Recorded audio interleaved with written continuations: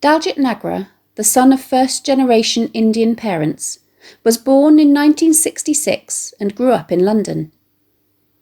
In 1982, his family moved to Sheffield, where his father bought a corner shop in an area which was predominantly white working class, where he and his family experienced racist attacks and frequent burglaries. Much of his poetry focuses on the lives of immigrants and their children.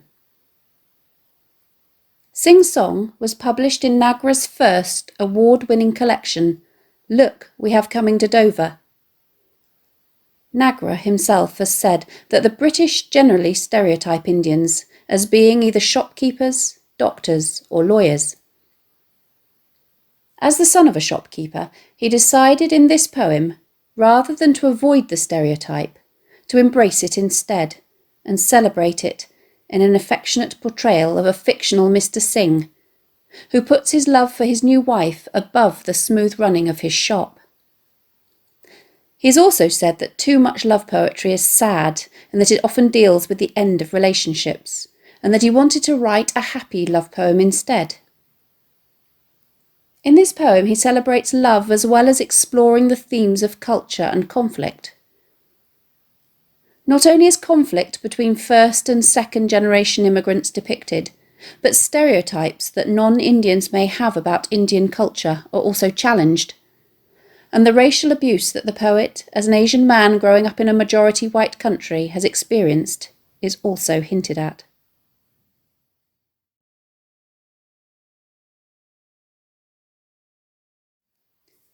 The poem is a dramatic monologue and is best appreciated when read aloud. Dramatic monologues have a speaker who is distinct from the poet. This character, a young Indian shopkeeper called Mr. Singh, unwittingly reveals more about his character and his life than he tells us directly.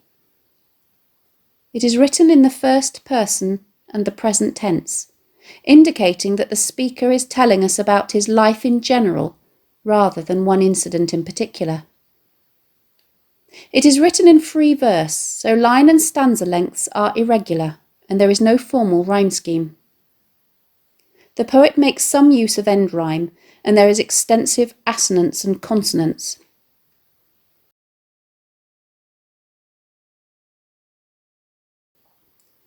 The poem, in keeping with its title Sing Song, has the structural features such as verse, chorus and bridge of a song.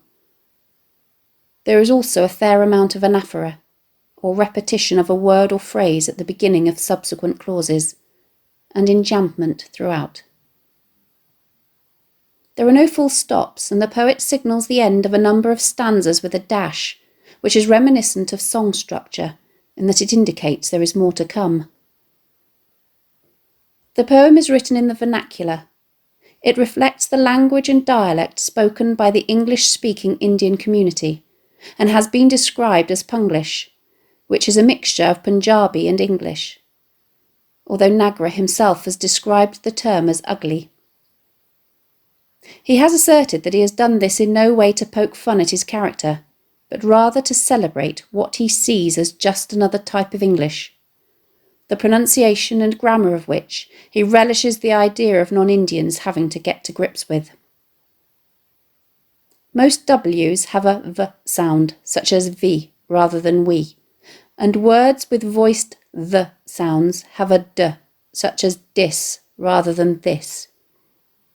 The poet also uses non-standard English grammar to evoke the voices of his community, e.g., "Dis dirty little floor need a little bit of mop," rather than the standard English rendition, which would be "This dirty little floor needs a little bit of a mop." The title Sing Song is a pun. It's a play on the compound noun sing song, which is an English word for an informal get-together for singing, and suggests a celebratory tone. It is also a song by a man called Mr. Singh. All male Sikhs have Singh, which means lion in Sanskrit, as part of their name. The title is a good example of the way in which Daljit Nagra has said that his poetry is about the attempt to marry two different cultures and two different languages.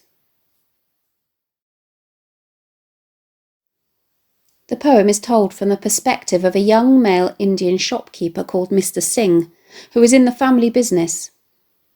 He is not in a position of great responsibility as he runs just one of his daddy's shops. His father is obviously a successful businessman and has a chain of these shops, the day-to-day running of which he delegates to members of his family. We get the impression that he is still very young and/or immature, as he refers to him as daddy rather than dad or father.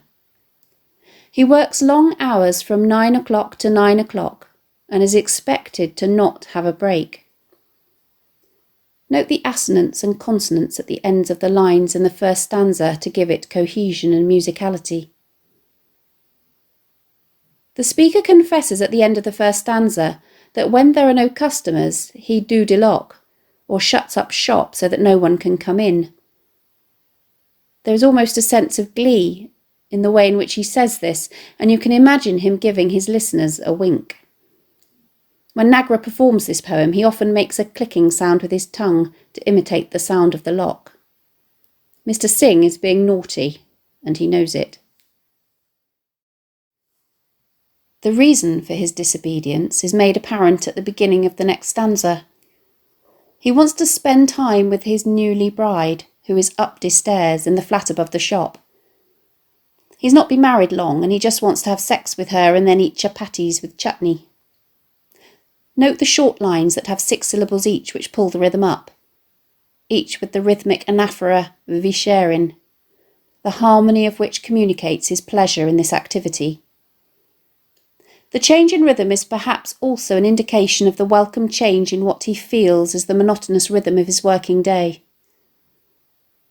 The poet uses a humorous simile that has a double rhyme with chutney, like the rowing through Putney, the back and forwards motion evoking the exuberance of his and his wife's lovemaking. Putney is an area of southwest London through which the Thames flows, with the verb rowing thus alluding to the quintessentially English Oxford-Cambridge boat race. The juxtaposition of these images, one vulgar, the other genteel, creates humour. There is also almost a sense of childish glee in his description as he uses further sexual innuendo, which would only be picked up by people with a knowledge of Punjabi. Putney is very similar in sound to the Punjabi word for wife, patani, which makes the simile even more vulgar. Note the alliteration of chapati and chutney and the assonance of the short sounds in chutney, love and Putney, which add to the stanza's musicality. This next stanza could be seen as a bridge in the poem, with its different rhythm, the structure of which is repeated in stanza 8. It is signalled by the phrases, "Ven I return," and "De shoppers always point and cry, 'Hey Singh, where you been?'" After he spent some time upstairs with his wife, he returns to the shop with his pinny or apron untied. Note the assonance here in the long I sounds. He looks sloppy and does not seem to care that his customers know what he's been up to. The poet brings direct speech, indicated by the italic font, into this stanza as the customers bombard the speaker with rhetorical questions about his absence, "Hey Singh, where you been?"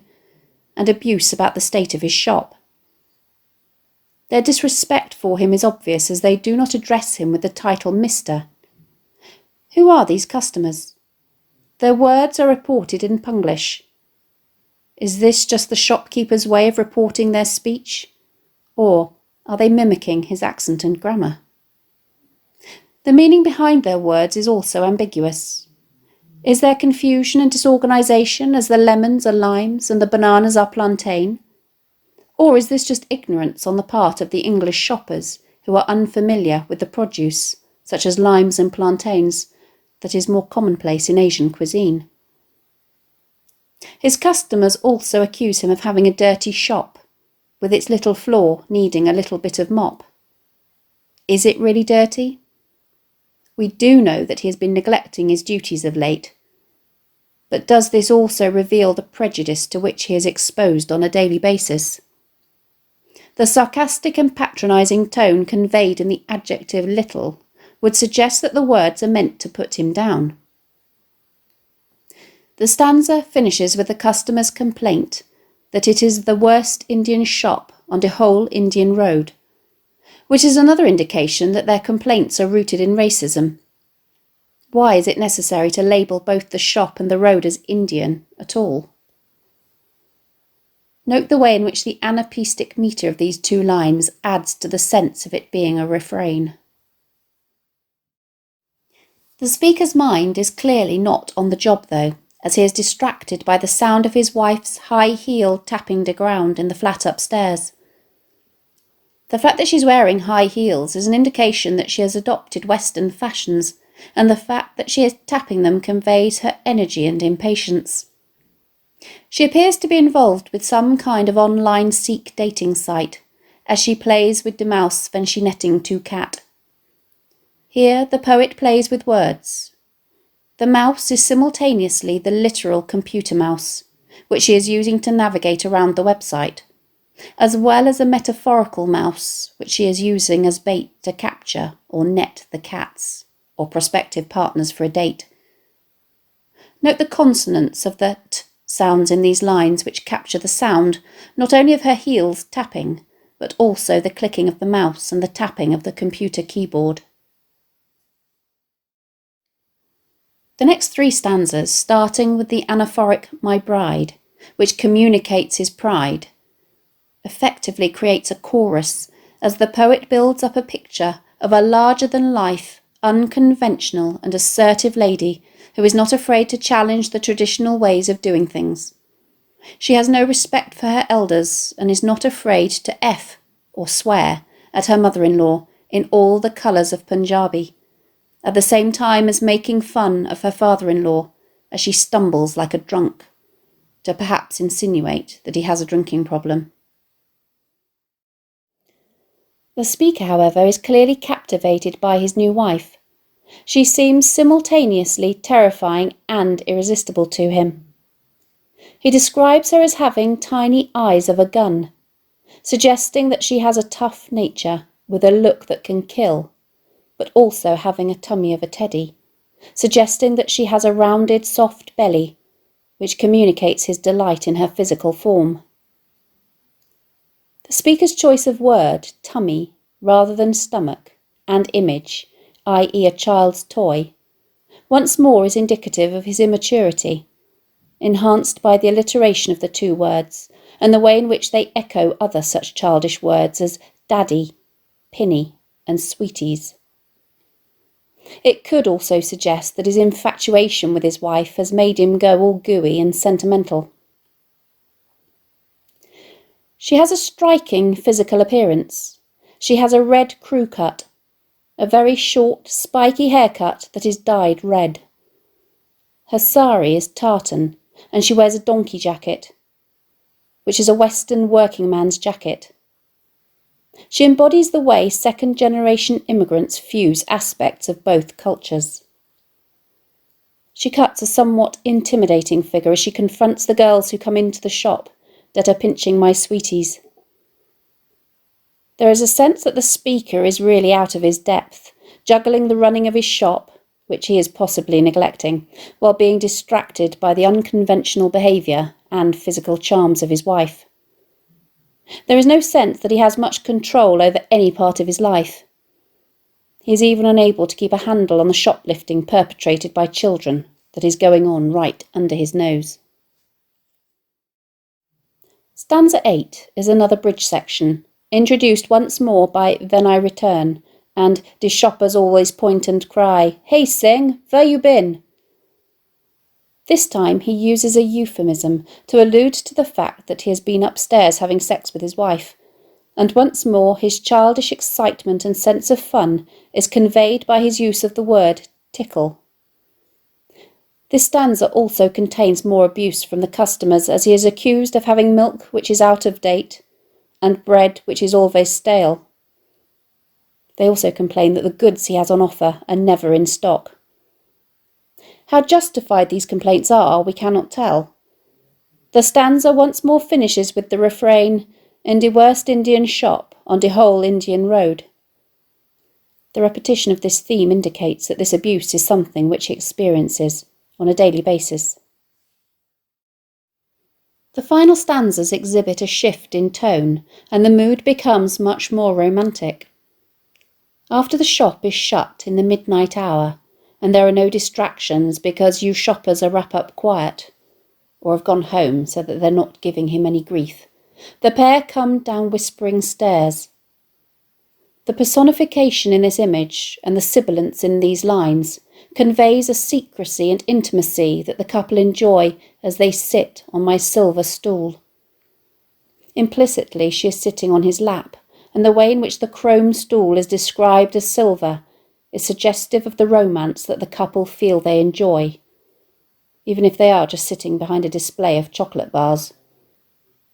They stare past the mundane clutter of the shop, embodied in the half-price window signs, at the beaches of the UK in De Brighty Moon. The image, the beaches of the UK, is not to be taken literally. It's most likely to be a metaphor for the borders of the country, such as are found at Dover, reflected in the title of the poetry collection, and alludes to the way in which they feel that, although they may have physically crossed the border into the country, there still remains a barrier to their acceptance, and they are treated as inferior foreigners. The way in which the speaker says brighty instead of bright might be an allusion to the word blighty, which is a corruption of a Hindi word meaning foreign and has come to be used as a nickname for England.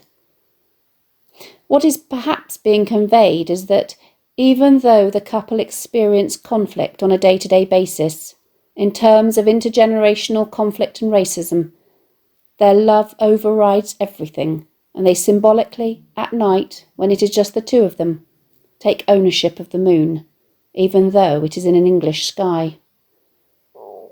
This private time at the end of the day belongs to them and them alone, upon which the troubles of their day-to-day life do not impinge. The poem ends on 4 short stanzas, constituting a kind of chorus, as the poet makes use of anaphora, from de stool each night she say, and from de stool each night I say, and ends of lines that match perfectly, rather than having any rhyme, to communicate the loving and teasing sweet nothings that go back and forth between the pair as they reaffirm their love.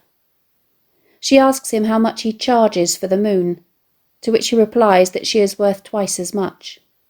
She asks him how much the total is, to which he replies that it is priceless. Once more, the poet uses an italic font to distinguish the direct speech from the narrative. The use of commas, rather than full stops, conveys the natural and easy to and fro of the conversation, and indicates the well-rehearsed, although in no way insincere, nature of the exchange that happens each night. The way in which they use the term of endearment baby to address one another communicates the love that they have for one another. This poem is a celebration of love, even in the face of adversity.